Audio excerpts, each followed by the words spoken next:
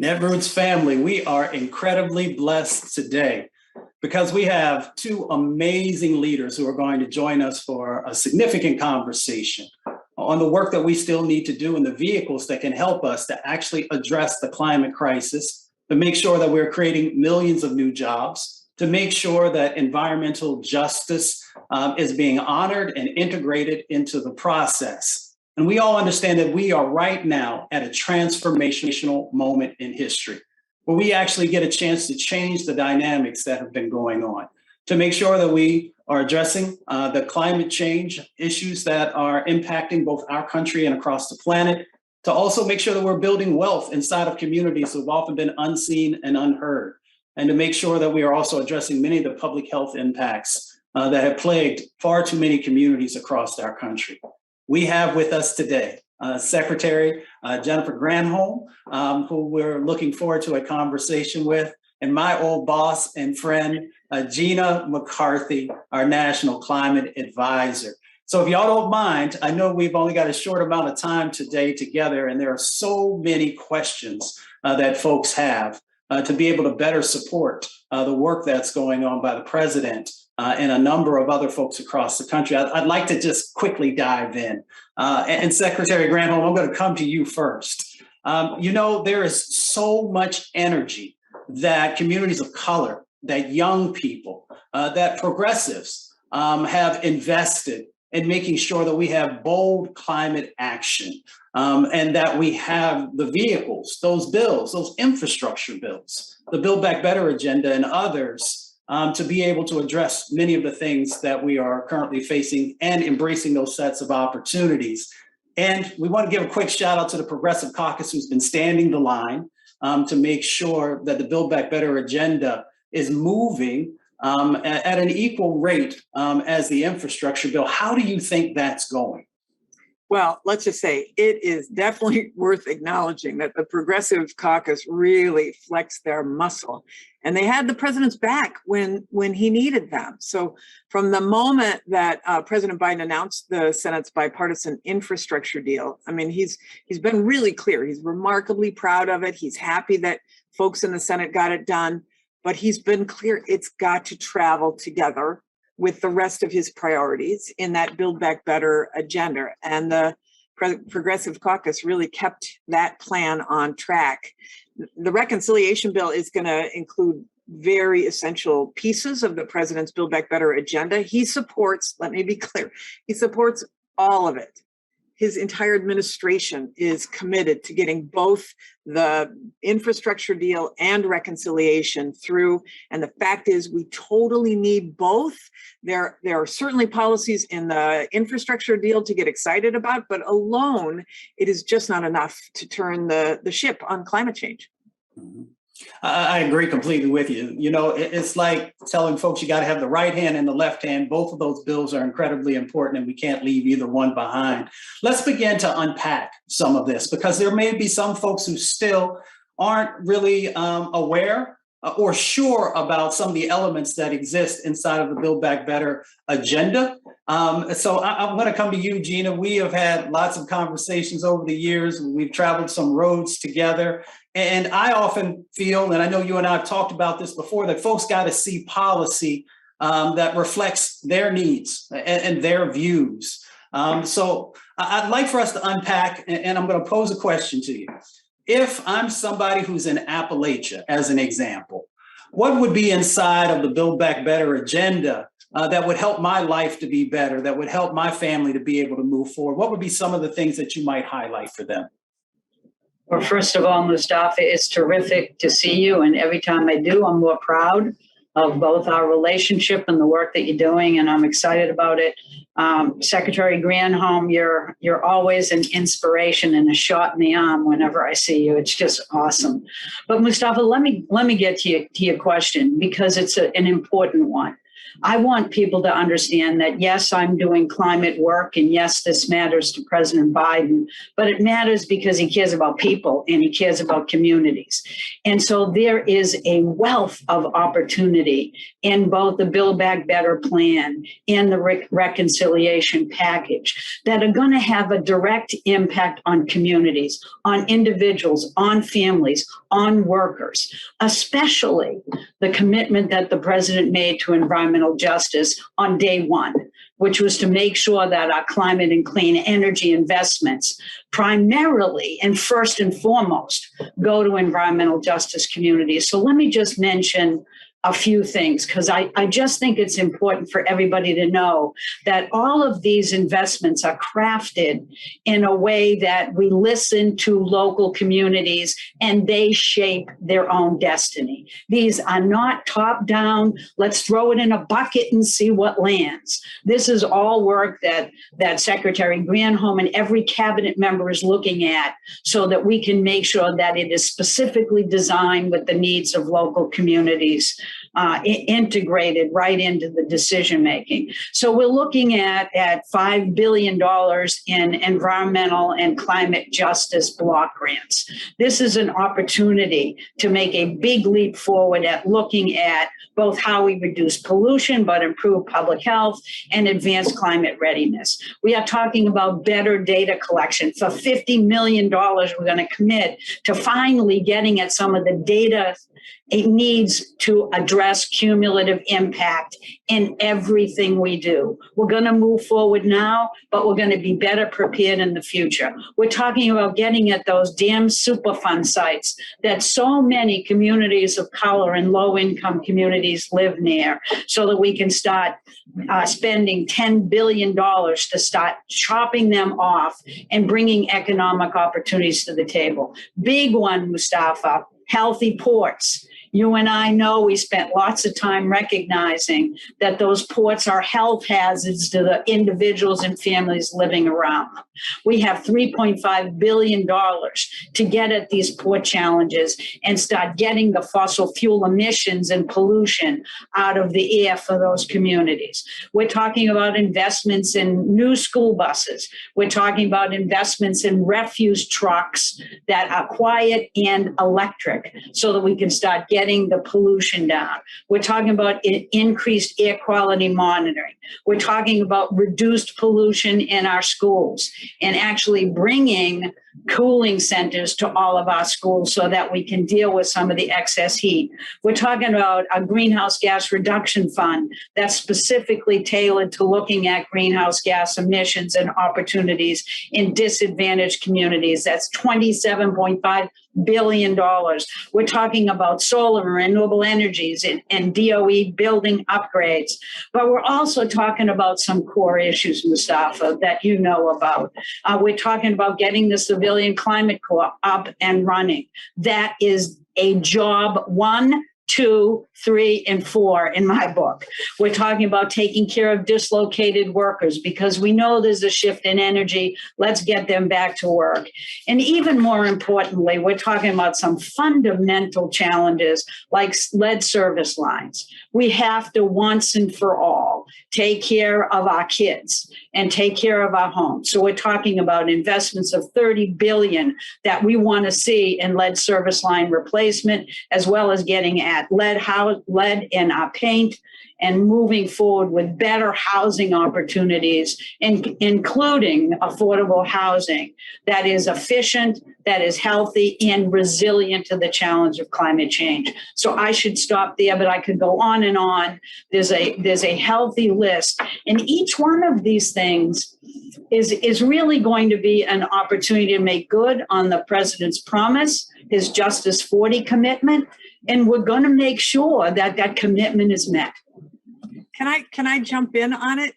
Sure. Just because Gina is so brilliant about laying out all this stuff, and a lot of that is in the infrastructure bill, and including, for example, $27 billion to expand our transmission systems, because we have to make sure we have enough capacity on these transmission systems to get clean power from where it's generated to where it's needed. It's also going to upgrade the grid so that it's resilient, so you don't see transmission towers falling into the Mississippi River like we did after Hurricane Ida. We also want to make sure that the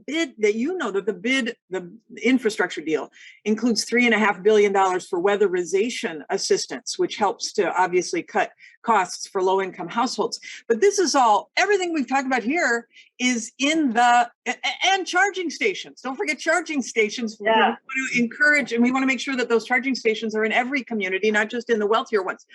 That's all infrastructure.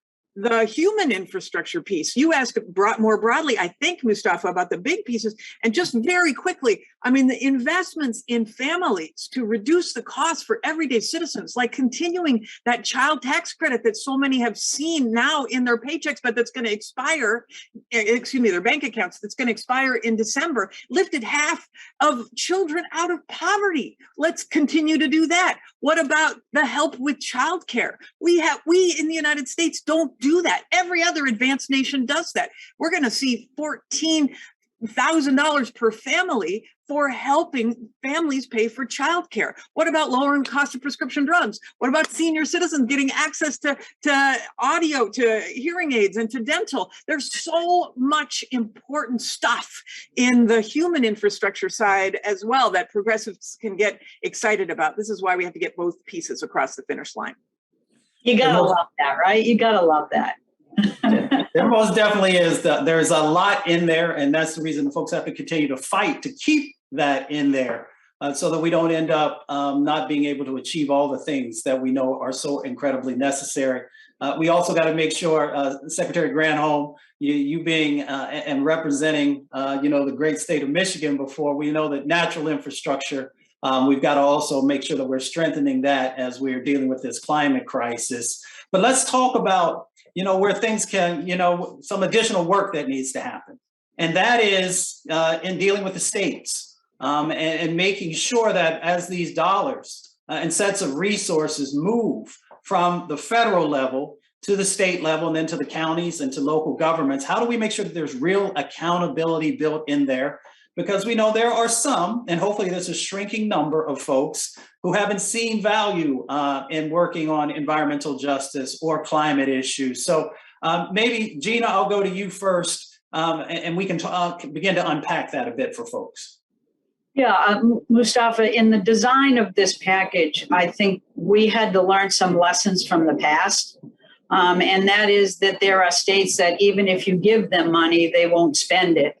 And we need to figure out a way, and we've done it here, to try to make sure that it's our programs and our expenditures, and that we can guide those to not just give money to the states. I love states. I live in one, as we all do. But there are those that certainly haven't expended money in the way that we would think would be profitable for their own communities. And so we needed to make sure that these went to programs that did a couple of different things. One is that we direct those resources and we ensure that we're listening to communities before those resources are expended. So we're talking about a community partnership here, not a top-down approach. We're also talking about how do we make sure in the design of these expenditures that they go to programs that we're already standing up so that we're ready to spend this money. And I know that Secretary Granholm has a lot to say about that, because a lot of the resources would go to her for demonstrations and other things that are going to be essential that we actually do right. So, Mustafa, we are not handing these over to states to decide whether they want to spend the money and on what. We are in a collaborative process. But in the end, we are going to be dictating those expenditures on the basis of good dialogue with states, great dialogue with communities, and we're going to spend them in a way that recognizes our commitment on environmental justice.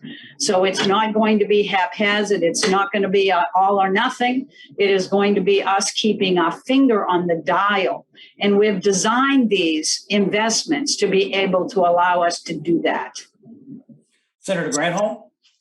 I think what's important to recognize, and one of the things I didn't mention that is in that reconciliation bill, is the Clean Electricity Payment Plan. And that really incentivizes the build out of clean energy. But the kicker on it is that it is enforceable, that there are incentives, there are carrots, and there are sticks if the utilities don't build out those clean resources the way we want them. You remember, the president wants to get to 100% clean electricity by 2035.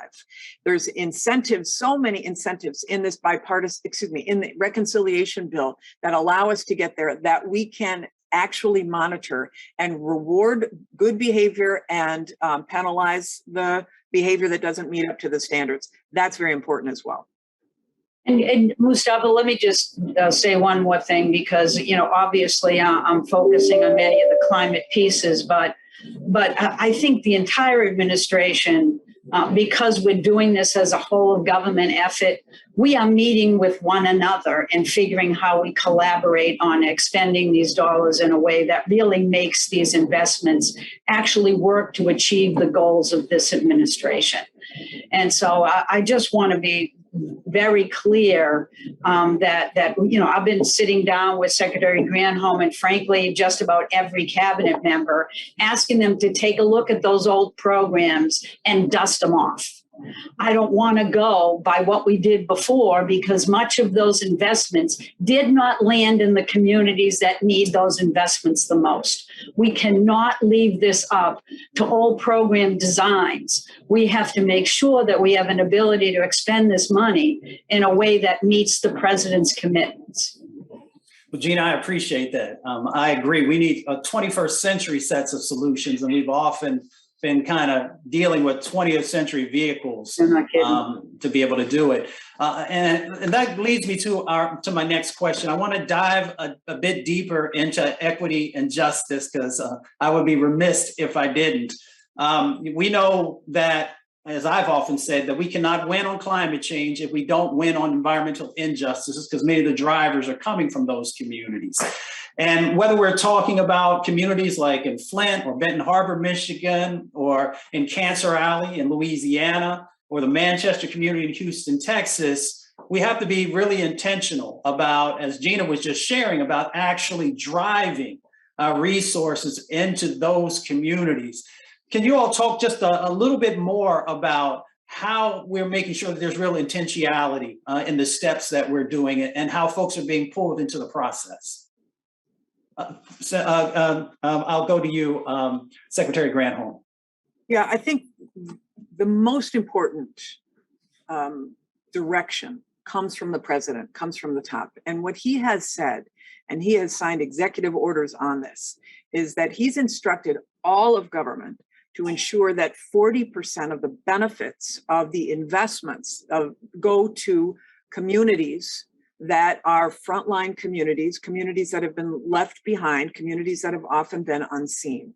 And so now the administration is focused on making sure we have the right communities identified. This is happening, I know, at CEQ. It's certainly happening at DOE, because we are going to see, we hope, a slug of investment opportunities through these reconciliation and the infrastructure bill. But we have to make sure that it goes to the places that need those investments most. And that's what EJ 40, Environmental Justice 40, is all about. I know Gina's got a bigger lens on what the rest of the cabinet is doing, the rest of the departments are doing, but I can just tell you, at the Department of Energy, we have a huge focus on this. We've created an Office of Place-Based Strategies. We have an advisor for equity that has a whole office that is focused on making sure even that existing investments now are being directed to places where we need them most. So this effort is an ongoing effort from the start of this administration, but it will be put on steroids when we have more resources to be able to correct what has the systemic racism of the past. Gina? Can I just add to what the Secretary said at the very end? Let's acknowledge that there's nothing haphazard about the challenges we're facing. No, they are systemic. They are systemic disinvestments. And so what we need to do is exactly what President Biden is doing, which is being intentional. We are going to systemically invest. We are going to make sure that that gets done. And part of that is recognizing that we have to open the door to communities early on in the process. Mustafa, I'm sure you know this because you participated so much in the work at EPA.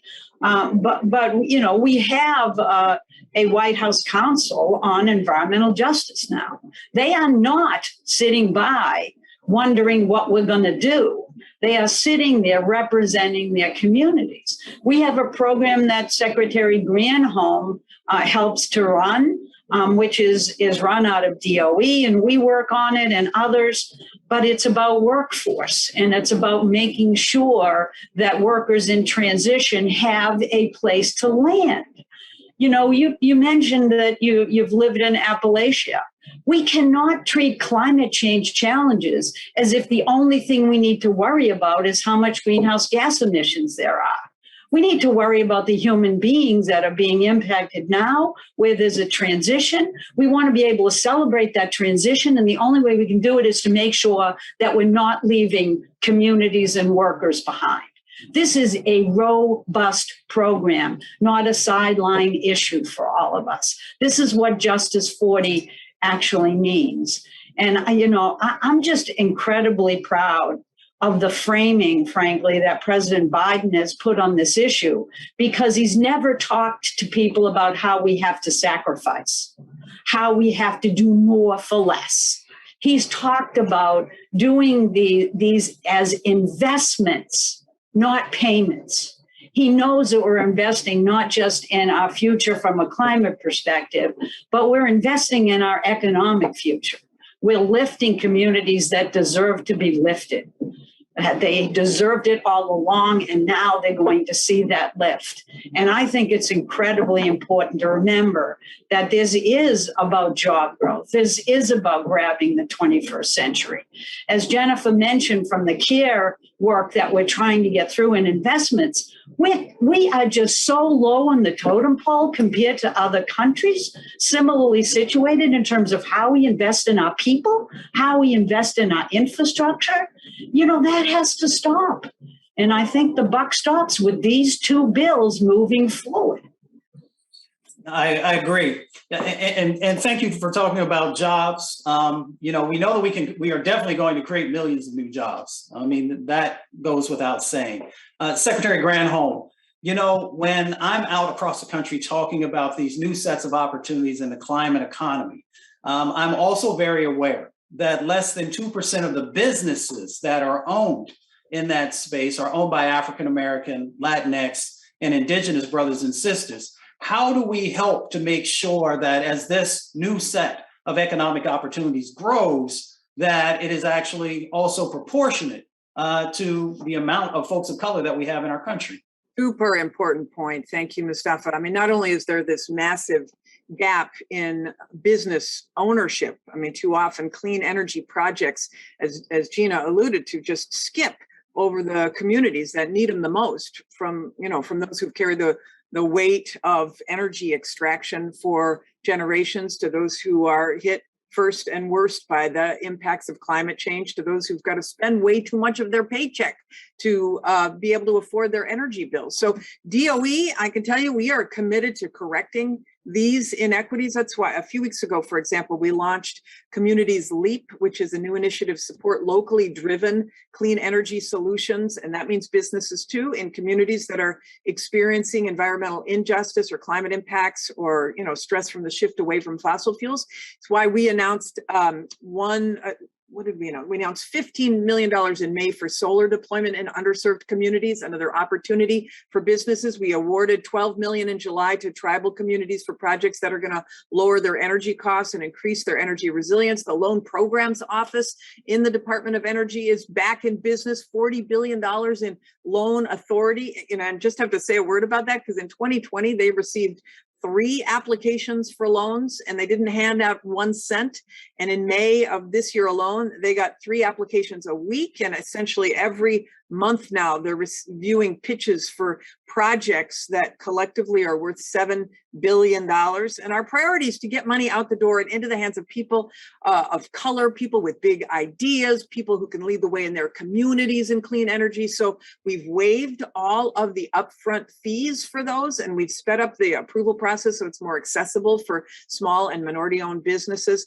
And at the same time, we're really working to expand the pipeline for STEM and support a new generation of clean energy entrepreneurs that look like America. So for example, last week we announced a $2.5 million prize for innovators in communities that have been historically underserved by climate and energy funding.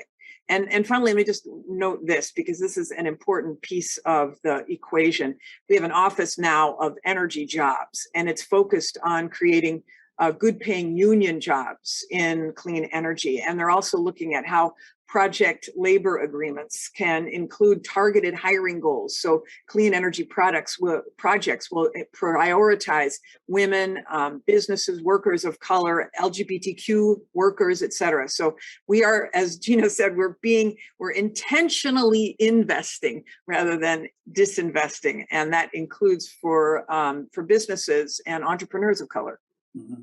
And we've got to also focus on our contracting and subcontracting opportunities. Totally. The federal government has lots of authority in that space. I know.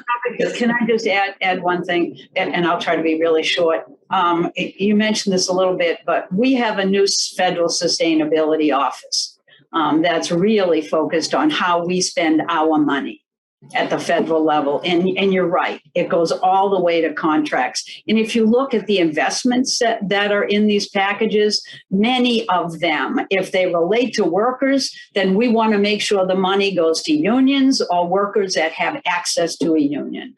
We are not simply giving this money out with a wing and a prayer that someone may pay attention to the workers. We're intentionally making sure that workers' rights are considered and that there are opportunities for good paying jobs in every step of the way. But let me just again reiterate the CCC, the Civilian Climate Corps.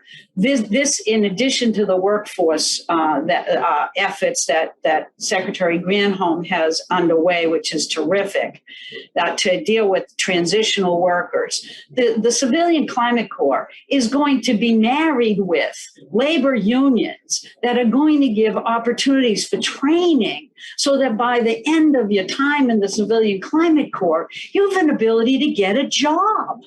You've learned a skill set. This is enormously important when we have so many needs to fill for jobs, and young people need to have, even old people that might actually join, like me. This is a real opportunity for us, I think, to rethink how we bring workers in, how small business owners can transition and have those be people of color that can actually learn how to run a business in a way that's going to be engaging and exciting and collaborative. I'm sorry, I said I'd just say a few things. I'm shutting up now. That's all right. We always love hearing from you. I agree. It's an opportunity to address the wealth gap that exists inside of our country and to help prepare folks for careers, not just jobs, but careers moving forward. Secretary Granholm, as I move to this last question, we have to call out the fact that we've got so many different challenges that are still happening. From the climate crisis, we know everything from hurricanes and floods to wildfires. We see, some of the lead issues that are still going on. I call out Benton Harbor again, and a number of other locations across our country. In dealing with all of these challenging situations, how do you stay optimistic about both what we're doing in the moment and the future? And as you finish up, then I want to go to Gina also for the same question. All right. Well, let me just quickly say I am optimistic. And I'm even more hopeful. I'm not just expecting that everything's going to work out, but I have this great hope that we're going to meet this challenge because I see this progress every single day. We've got some of the smartest and hardest working people in the world at the Department of Energy, and they're dedicating all of their waking hours to overcoming the obstacles, the technical obstacles that are in our way. Our national labs, for example, they're developing this way cool, cutting edge technologies. Our staff are working with communities across the country every day on these issues, not to mention all of the passionate advocates who I meet who are getting into their communities to embrace, clean energy. And so I remind myself how far we have come. Less than a decade ago, fossil fuels were still way more expensive. Way cheaper. Clean energy was way more expensive. Fossil fuels was way cheaper. And now solar and wind increasingly outcompete fossil fuels. And every year we're setting a new record for renewable energy capacity that's installed. And even the private sector has taken notice. And we've got America's automakers and airlines that are working to switch to clean energy faster than we ever thought possible. We know the economics make sense. We know the technology makes sense. We got an administration that is laser focused on enacting these policies that are going to put it all together. The window's open for big, bold federal climate action in Congress. What's on the table is the largest investment in clean energy and climate resilience and in communities in history. The jobs of the future are in clean energy. This president is committed to making sure those jobs are here in America and that they're in the communities that should be first in line. So all I can say is the way I look at it, we are all of us are so lucky to be where we are at this moment in time. And it is just a privilege to help make it happen. Well, thank you for that. Gina, as we break our addiction to fossil fuels, as we continue with many of the pipeline fights that are going on, as we move forward on a just transition and helping to make sure that no one is left behind and that we've got this new set of jobs, what are you optimistic about? What is your vision as we move forward? What makes me really optimistic is that I feel like for the first time in my lifetime, and it's longer than anybody else's on this call, I think the diversity of our community and the voices that we're hearing will make all the difference in the world. We are listening. And that's what government needs to do. And every time I look at President Biden, that was rude. President Biden, I just look at him as being a people person, somebody like me who believes in government working for the people. We've spent 4 years in what I would call a miserable state of looking at what less things we can do in government to help people. And we've made a tremendous step forward. And we have to keep moving forward. And I get to work with crazy, energetic human beings like Jennifer Granholm. And that's what really keeps me excited and hopeful and energetic and youthful. Well, thank you, Secretary Jennifer Granholm. Thank you, Gina McCarthy, our National Climate Advisor. I would remind the Netroots family of something that my grandmother shared with me when I was a young boy, that we have power unless we give it away. We have to utilize our power to push, to make sure that the things that we know are necessary are there, that we're holding people accountable, because holding people accountable helps them to be able to achieve the goals that we all need. And I'll close with a quote from Dr. King, that we come to these shores in different ships, but we're all in the same boat now. We're in this boat knowing that the climate crisis is real and we have to address it, but that we have the tools and abilities to make real change happen if we are honoring the voices of frontline communities, if we're honoring the voices of young people, and if we're also honoring the voices of progressive individuals who are doing everything that they can to make us have a better, more sustainable and healthy future. So I want to thank everyone for tuning in and continue the journey here with Netroots.